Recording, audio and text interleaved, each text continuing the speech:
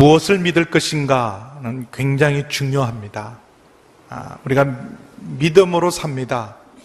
그러나 무엇을 믿을 것인가를 굉장히 중요해요. 그래서 성경의 대부분은 우리에게 무엇을 믿어야 되는지에 대한 진리를 선포합니다. 그래서 에베소서도 1장에서 3장까지는 우리가 무엇을 믿어야 되는지 정확하게 믿고 올바르게 믿으셔야 돼요. 이단이 왜 나쁜가? 여러분, 잘못된 믿음을 심어주기 때문에 그렇습니다. 잘못된 믿음을 심어주면 안 믿는 것보다 못할 때가 훨씬 많아요. 그래서 이 믿음은 우리가 이 땅의 삶뿐만 아니라 영원한 운명을 결정하기 때문에 무엇을 믿을 것인가는 굉장히 중요합니다. 그러나 무엇을 믿을 것인가는 또한 어떻게 살아야 될 것을 결정해야 됩니다. 우리가 믿은 것이 우리의 삶에 영향력을 끼치지 않는 믿음은 죽은 믿음입니다. 여러분, 믿음과 행함은 언제나 함께합니다. 행함이 없는 믿음은 죽은 믿음이요, 행함으로 믿음이 온전해집니다. 그래서 무엇을 믿는가는 어떻게 살아야 될 것을 결정합니다. 그래서 계속해서 4장, 5장에서 어떻게 살아야 될 것인가, 부르심을 입은 부름에 합당하게 행하십시오. 하나됨으로 주님이 부르셨기 때문에 우리는 힘써 하나됨을 이루어가야 합니다. 거룩함으로 우리를 부르셨기 때문에 의와 진리의 새 사람을 입는 일에 힘써야 합니다. 날마다 옛사람을 벗어버리고 새 사람을 입어가야 합니다. 사랑으로 부르셨습니다. 사랑하는 자녀로 부르셨기에 사랑받은 자로 살고 사랑을 실천하며 살아야 합니다. 또한 어둠에서 우리를 빛으로 부르셨기에 우리는 더 이상 어둠의 사람들이 아니라 빛의 자녀로 살아가야 합니다. 근데 이 모든 것들을 종합하면서 오늘 특별히 어떻게 살아야 될 것인지에 대해서 다시 한번 강조하는 말씀이 있습니다. 15절 함께 읽습니다. 시작. 그러므로 여러분은 어떻게 행할 것인지를 주의 깊게 살펴 어리석은 사람들 같이 살지 말고 지혜로운 사람들 같이 살십시오. 이제는 어떻게 살아야 되는가? 더 이상 어리석은 삶을 사시지 말고 지혜롭게 사십시오. 부르심을 입은 부름대로 사는 것이 지혜입니다.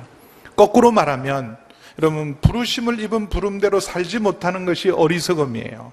열심히 살고 여러분 열심히 일하고 돈 버는 것 중요하지만 만약에 그 일이 부르심이 아니라면 사실은 허망하게 살아갈 뿐입니다.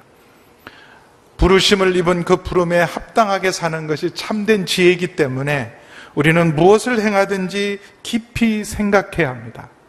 깊이 생각하고 우리가 무엇을 행할 때 이게 정말 우리가 그리스도인다운 행동인가? 이렇게 행하는 것이 그리스도인다운가를 먼저 생각해 봐야 돼요. 이게 예수 믿는 사람으로 우리가 정말 해야 될 일인가? 예수 믿는 사람이 하는 결정으로 문제가 없는가? 그냥 돈이 생기고 사람들이 다 하니까 그렇게 살아가는 사람들이 아닙니다.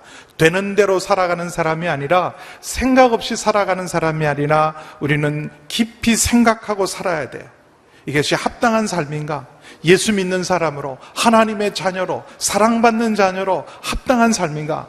세상을 준다 해도 여러분 그것이 하나님의 사람으로 합당한 일이 아니면 거절해야 돼요. 온 세상을 다 준다 해도 여러분 그것이 하나님의 앞에 합당하지 않는 일이라면 사탄아 물러가라 그래야 돼요. 근데 요즘 그런 사람이 얼마나 있을지 모르겠어요. 여러분, 예수님께서 받았던 시험은 실지입니다. 지금도 온 세상 영광을 보여주면서 내게 무릎 꿇고 절하면 이 영광을 다 주겠다, 세상 영광을 다 주겠다 그러면 거의 100이면 100 다 무릎 꿇을 거예요. 우리 목사도 예외가 아니다 이런 생각을 합니다. 지금은 돌아가셨지만 어떤 이단 교주가 그랬어요. 1억짜리 목사도 있고 5천만 원짜리 목사도 있고 1,000만 원짜리 목사도 있다. 1,000만 원만 주면 통일교로 오더라. 1억만 주면 통일교에 오더라. 그랬어요.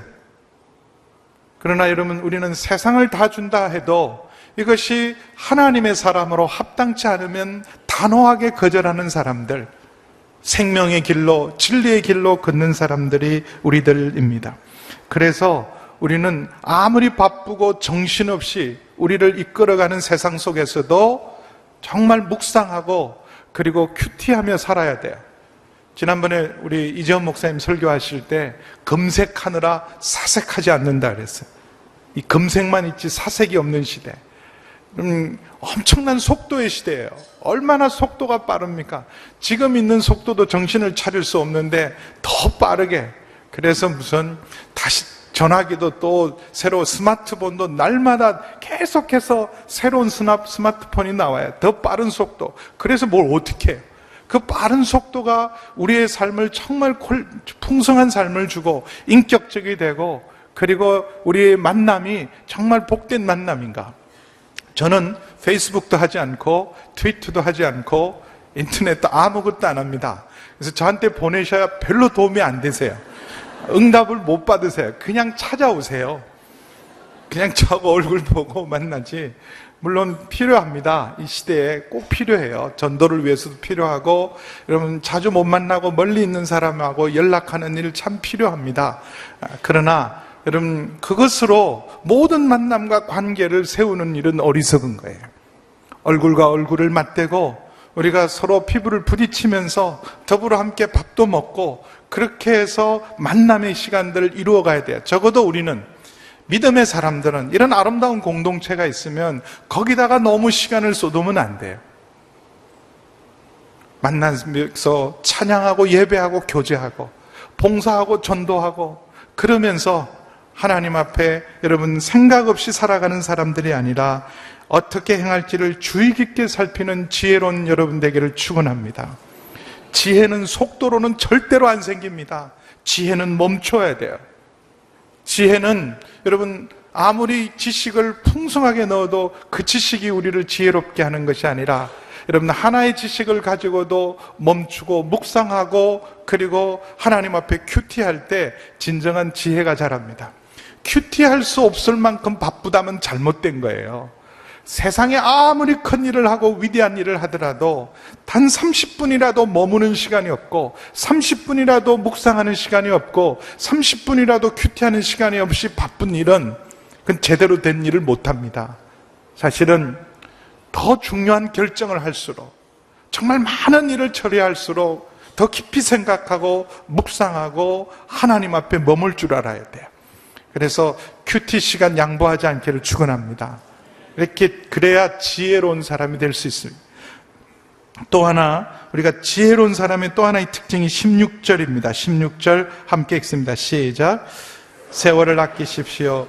때가 악합니다. 세월을 아끼라. 그럼 진정한 지혜로운 사람은 세월을 아끼는 사람이에요. 세월을 아낄 줄 아는 사람.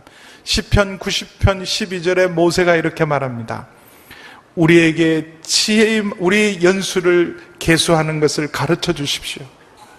인생 70이고 강건하면 80이지만 우리의 나날들을 헤아릴 줄 알도록 계수할 수 있도록 우리를 가르쳐 주셔서 지혜의 마음을 품게 해 주십시오.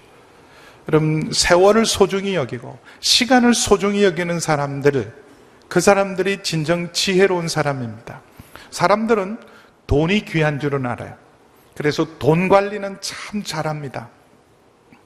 그래서 돈을 잘 관리하는 사람, 돈을 잘 쓰는 사람을 배우기 위해서 엄청난 돈과 시간을 투자해요.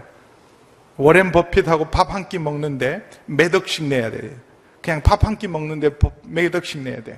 돈 관리를 잘 하시니까. 돈을 어디다 투자할지를 잘 하니까 그분하고 밥 한 끼 먹으면 그 밥 한 끼 낸 돈 이상의 것들을 벌 수 있으니까. 또 그 돈은 좋은 일로 쓰임 받으니까 그 겸사겸사 좋은 거죠.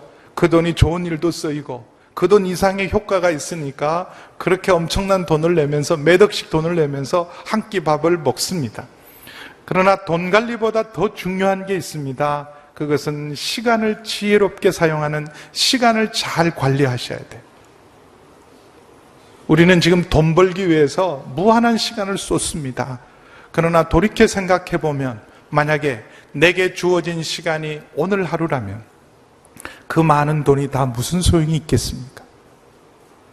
여러분 내게 주어진 시간이 이제 6개월밖에 남지 않고 1년밖에 남지 않았다면 온 세상을 다 가진다고 해도 단 하루라도 내 생명의 날을 연장할 수 있겠습니까? 여러분 돈보다 소중한 것은 시간이고 시간은 돈이 아니라 시간은 생명입니다.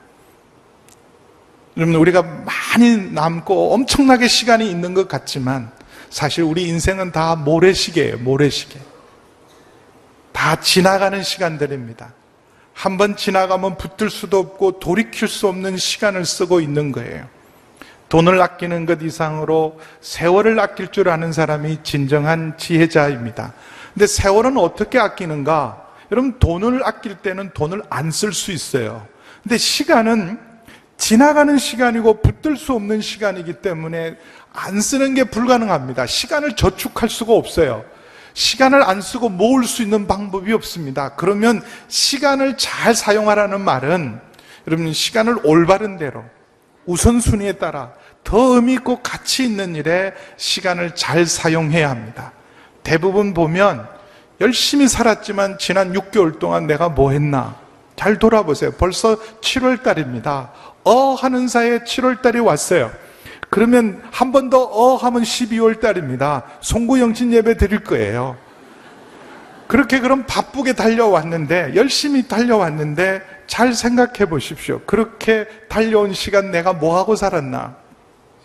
정말 의미 있는 일, 가치 있는 일, 꼭 해야 될 일, 중요한 일을 하고 살았는지를 돌아보셔야 합니다. 그래서 이 악한 때가 악하기 때문에 시간을 더욱더 지혜롭게 쓰라고 하는데, 악한 때는요, 우리의 시간을 허망한 데 쓰게 만들고, 우리 시간을 사실은 더 아주 엄밀하게 말하면 악하고 나쁜 일에 우리의 시간들을 쓰게 만듭니다. 온통 세상은 우리의 시간을 요구합니다. 우리의 헌신을 요구합니다. 세상의 어느 하나도 우리에게 헌신과 시간을 요구하지 않는 데가 없어요. TV 앞에 앉아도 시간을 헌신해야 합니다. 그럼 밥 먹으러 가는 일에도 시간을 헌신해야 돼요. 모든 세상은 시간을 우리에게 요구합니다. 시간을 헌신하고 우리의 삶을 헌신하는 수많은 우상들 앞에서 우리가 시간을 빼앗기지 않고 올바르게 사용하려면 깨어 있어야 돼요. 중국 정부가요, 요새 새로운 법을 하나 만들었어요. 부모를 찾아뵙지 않으면 전부 처벌한다. 부모한테 찾아가지 않는 사람은 처벌한다. 우리도 보면 아이들을 위한 육아휴가는 줘요. 육아휴가, 애 키우라고. 근데 부모 찾아가는 휴가는 절대로 안 줍니다. 근데 중국은요, 결정을 했어요. 부모 찾아뵙는데 휴가를 줘라는 거예요. 그때 휴가 간다 그러면 당연히 주라는 거예요. 만약에 부모를 1년에 안 보는 사람은 전부 감옥 보낸대요. 할렐루야. 그런 건 좀 했으면 좋겠어요, 우리도. 육아휴가는 가질 줄 알지만 부모 공경하는 법은 우리 안 가르치거든요. 부모를 왜 시간을 안 냅니다. 중국도 어디도 똑같아요. 다 세상 일에 바빠서 세상을 얻느라고 부모님 전화하셔서 뭐하냐, 애비야 바쁘냐 그러면 예 아버지 바빠요, 죄송해요, 다음에 뵐게요, 전화할 시간도 없네요. 근데 그렇게 기다리는 부모님도 뵙지 못하고 그렇게 바빠서 그 많은 시간들, 그렇게 얻었던 성공과 그렇게 얻은 돈은 어디다 쓰실 거예요?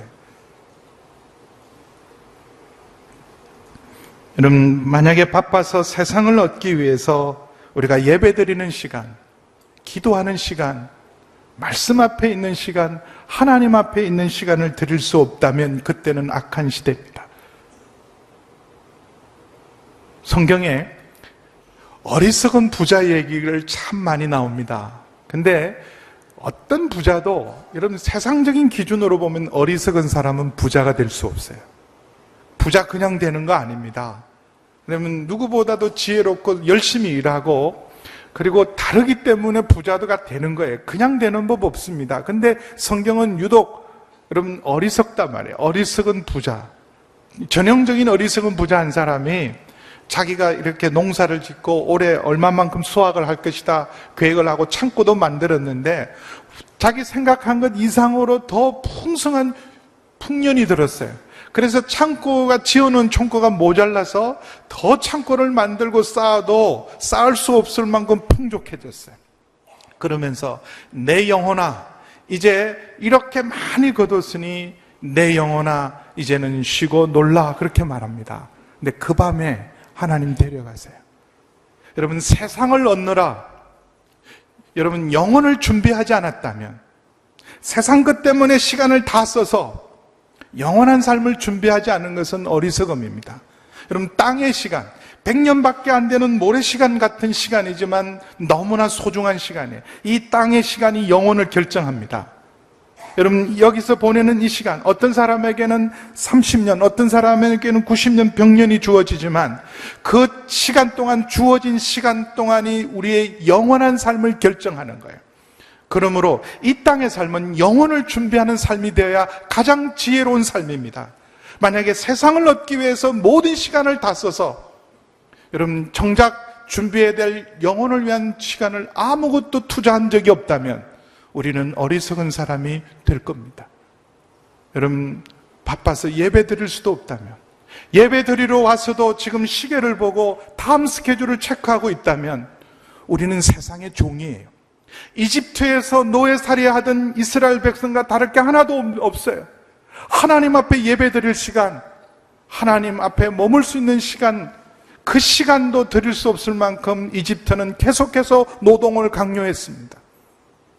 여러분, 하나님 앞에 나아갈 수도 없고 말씀을 들을 수도 없고 그리고 예배할 수도 없이 계속해서 세상을 위해서 세상이 우리의 시간을 빼앗아 간다면 여러분, 이전에 이집트에서 노예살이 하던 이스라엘 백성과 우리는 다를 게 별로 없습니다. 여러분, 주일 하나 온전히 성수하지 못한다면, 순예배를 위해서 낼 시간이 없다면, 여러분, 성도가 모여서 함께 말씀을 나누고 성도의 사랑의 교제를 나누고 중보기도하는 시간이, 여러분, 그 시간이 아까워서 세상을 얻는 일에 그 시간을 여러분 세상에서 보낸다면 우리는 어리석은 부자처럼 가장 어리석은 삶을 살 수밖에 없습니다. 그래서 여러분, 악한 때일수록 우리를 정신없이 끌고 가요. 정신없이.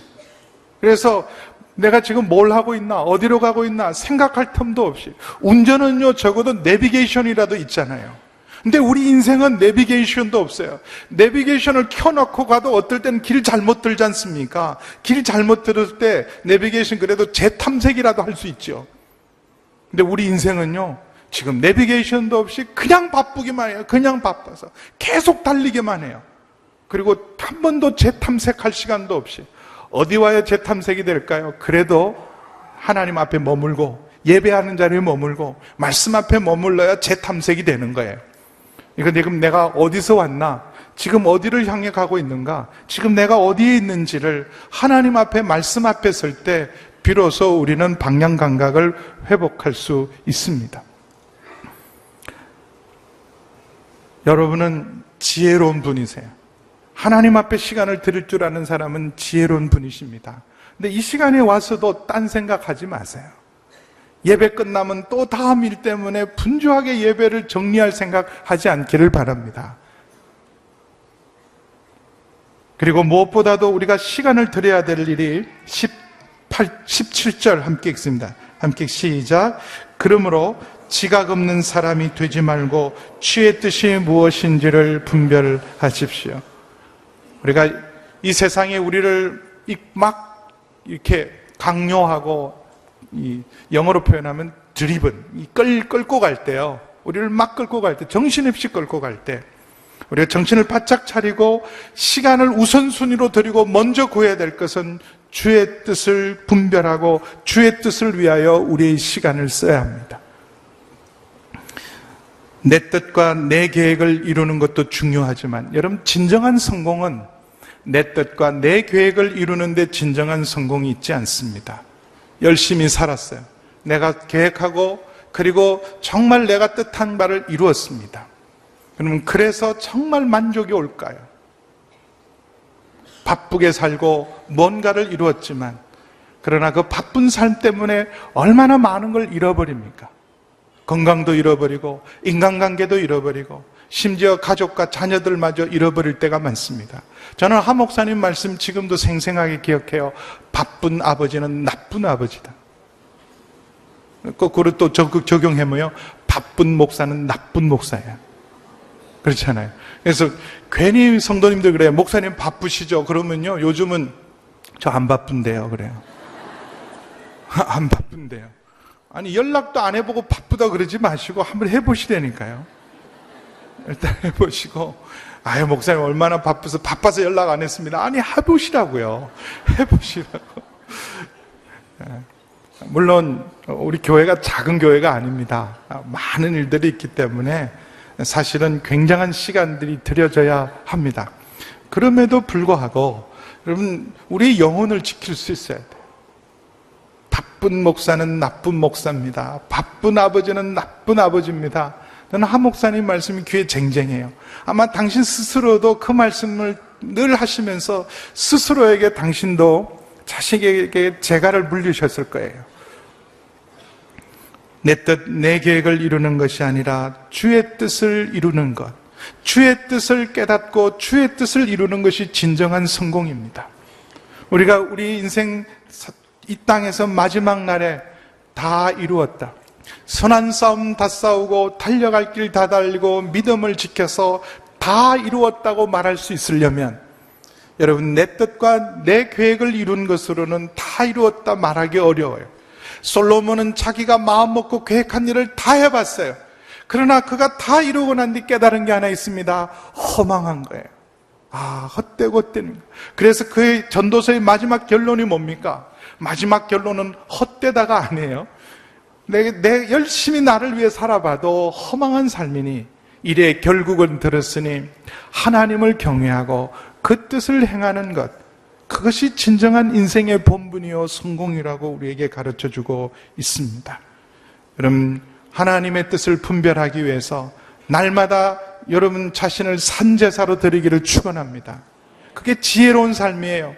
하나님의 뜻을 분별하기 위해서 이 세대를 본받지 말고 세상 따라가지 말고 날마다 말씀과 성령으로 우리의 마음을 새롭게 해서 하나님의 선하시고 온전하시고 기뻐하시는 뜻을 분별해서 그 뜻에 온전히 내 삶을 드리는 것, 그것이 지혜로운 삶이고 성공하는 삶입니다. 그럼 이렇게 말씀 앞에 와서 예배 시간에 설교를 들으면서 말씀을 읽으면서 하나님의 기뻐하는 뜻이 무엇인지, 하나님이 오늘 원하시는 것이 무엇인지 한 가지만 붙드시고, 여러분 그 붙든 그 말씀 앞에 순종할 때 우리의 삶은 여러분 진정한 가치 있고 의미 있고 하나님이 인정하는 삶이 될 줄 믿습니다. 그러나 무엇보다도 우리가 하나님의 뜻을 잘 분별하고 그 뜻을 행하려면 우리 힘이 아니라 성령으로 충만해져야 합니다. 18절 함께 읽습니다. 시작. 또한 술에 취하지 마십시오. 잘못하면 방탕에 빠지기 쉽습니다. 오히려 성령으로 충만하게 되십시오. 여기 어리석은 삶과 지혜로운 삶을 대조하고 있어요. 근데 어리석은 삶의 대표가 뭐냐 하면 술 취해서 사는 삶이에요. 술 취한 삶. 술 취하지 마십시오. 우리 중에 누가 술 취하고 살겠습니까? 그러나 들어는 그런 분도 있으시더라고요. 들어는. 술 취하지 마십시오. 여러분, 술 취하는 건 반드시 방탕에 이래요. 여러분, 요즘 기사화되는 모든 사건들을 잘 보시면 실수하지 않을 사람, 어떻게 저런 사람이 저런 짓을 했나 그러면 반드시 술이 껴 있어요. 술만 없어서도, 그럼 만약에 술만 절제돼도, 그가 깨어만 있어도 그런 실수, 그런 엄청난 일을 빠지지 않을 일을 술 취함 때문에 평생 쌓아온 인생을 허망하게 잃어버리고 주변에 있는 사람에게 고통을 주는 경우가 얼마나 많습니까? 우리나라가 세계 1위, 2위 하는 게 참 많습니다. 근데 좋은 것만 1, 2위 해야지 가장 술 소비량이 많은 나라 대한민국이에요. 가장 술 많이 먹는 나라 대한민국입니다. 여성들의 술 소비량도 어마어마하세요.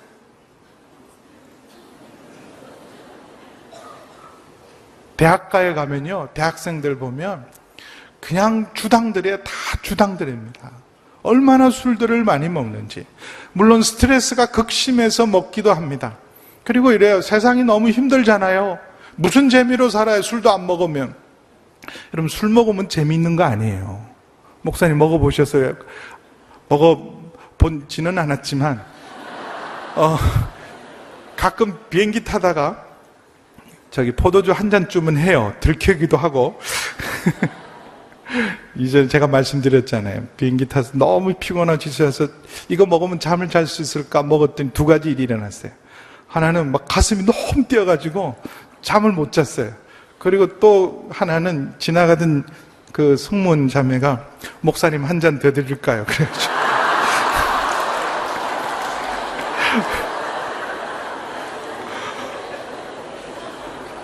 이런 설교했더니 포도주를 보낸 분도 계세요. 보내지 마세요. 무슨 재미로 세상 삽니까? 술도 안 마시면. 저희 집이요, 술 마시다가 망한 집안이에요. 저희 아저씨들, 저희 할아버지들 다 보면 술 때문에 망한 집안이에요. 잘합니다. 그리고 의사 선생님들이 물어봐서요. 술은 여러분 우리를 각성시키지 않는데요, 우리의 모든 것들을 다 업시키는 게 아니라 술은 억제제래요. 그래서 우리의 판단력, 이성, 분별력을 다 마비시키고 결국은요 우울증에 빠지게 만들어요. 술은 절대로 즐거움을 주지 않습니다. 여러분, 진정한 기쁨은 사실은요 성령 충만할 때 천국이 우리 가운데 임할 줄 믿습니다. 세상에 가장 큰 즐거움과 기쁨은 어디 있느냐? 주님 안에 있어요. 여러분, 성령 충만할 때 가장 행복해요. 이 땅에서 가장 행복한 삶을 사는 지혜로운 방법은요 성령 충만해지는 거예요. 이미 그리스도 안에 있는 사람은 성령님 계십니다. 성령으로 인침받고 보정받은 사람이에요. 그래서 더욱더 사모하세요. 성령, 혹시 술 생각이 나면 성령 충만함을 사모하시길 바랍니다. 성령 충만하세요. 술 취하지 마십시오. 이는 방탕한 것입니다. 오히려 여러분 성령의 충만함을 구하는 여러분 되기를 축원합니다. 정말 행복해요. 정말 행복해요. 가장 지혜로운 사람은 성령의 충만함을 구합니다. 저한테 목사님 뭘 위해 그렇게 기도합니까? 그러면요 저는 매일 모든 기도 속에 항상 구하는 건 성령 충만함을 달라고 기도해요. 성령 충만함. 여러분, 돈으로 충만해지는 거하고 성령 충만한 거 어느 게 나을 것 같아요? 그래도 돈으로 충만한 게 낫지. 안 그래요. 성령으로 충만하길 주의 이름 축원합니다. 여러분, 이 성령 충만한 삶의 모습 보세요. 19절에서 21절인데요 함께 읽겠습니다. 시작. 여러분은 시와 찬미와 신령한 노래들로 서로 화답하고 마음으로 주께 찬송하며 우리 주 예수 그리스도의 이름으로 모든 일에 항상 하나님 아버지께 감사하고 그리스도를 경외함으로 서로 복종하십시오. 여러분, 성령 충만한 삶은 한마디로 기쁨이 충만해요. 여러분, 이렇게 노래가 스스로 흘러나오는 것, 내가 혼자 노래도 아니고요 술 취하지도 않고 그냥 맨정신해요. 사람을 볼 때마다 노래가 흘러나오는 사람은 기쁨의 사람이에요. 사람을 만날 때마다 그 안에 성령의 충만함이 있으면 할렐루야 할렐루야 이렇게 하게 돼 있어요. 인상 쓰지 않습니다.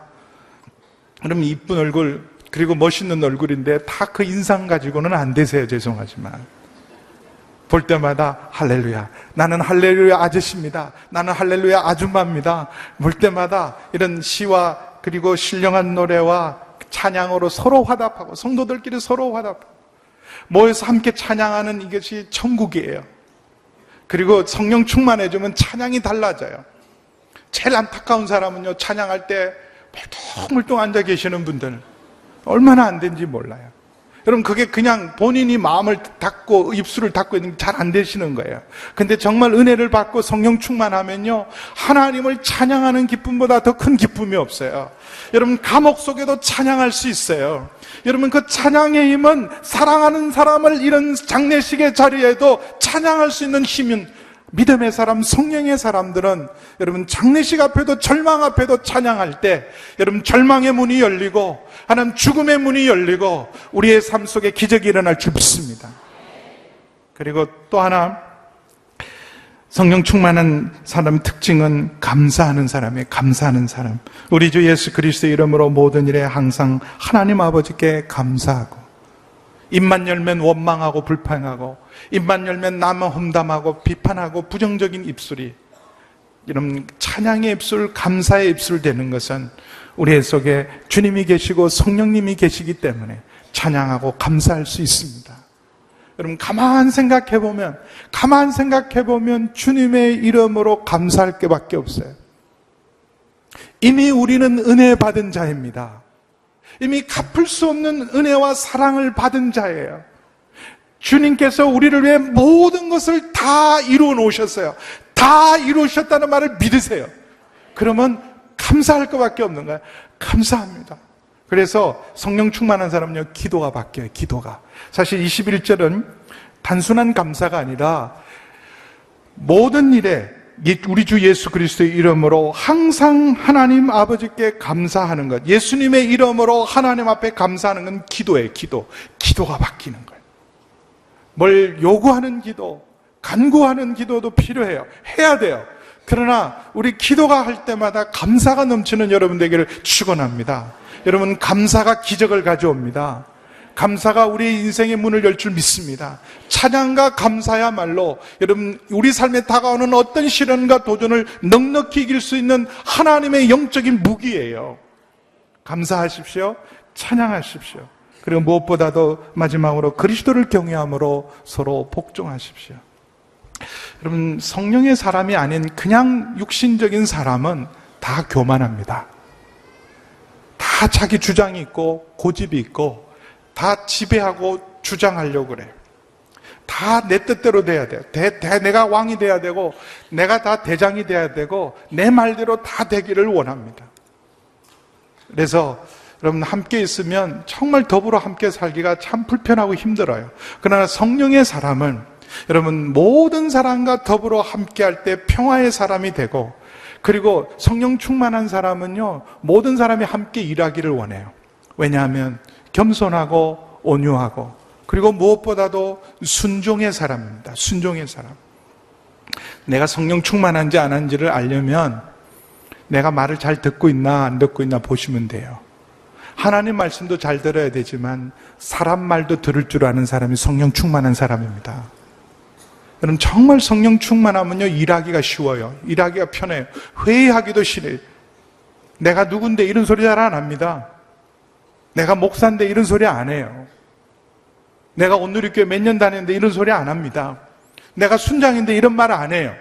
그럼 성령 충만한 사람은 어린아이 말도 들어요. 어린아이 말도 들어요. 그래서 죄송하지만 하 목사님 늘 이런 말씀하셨어요. 당신들은 하나님이 쓰시기에 편한 사람인가 불편한 사람인가 잘 보라고. 만약에 하나님 쓰시기에 참 불편한 사람이면 육신의 사람이요, 하나님 쓰시기에 아주 편한 사람이 된 사람이 성령 충만한 사람이에요.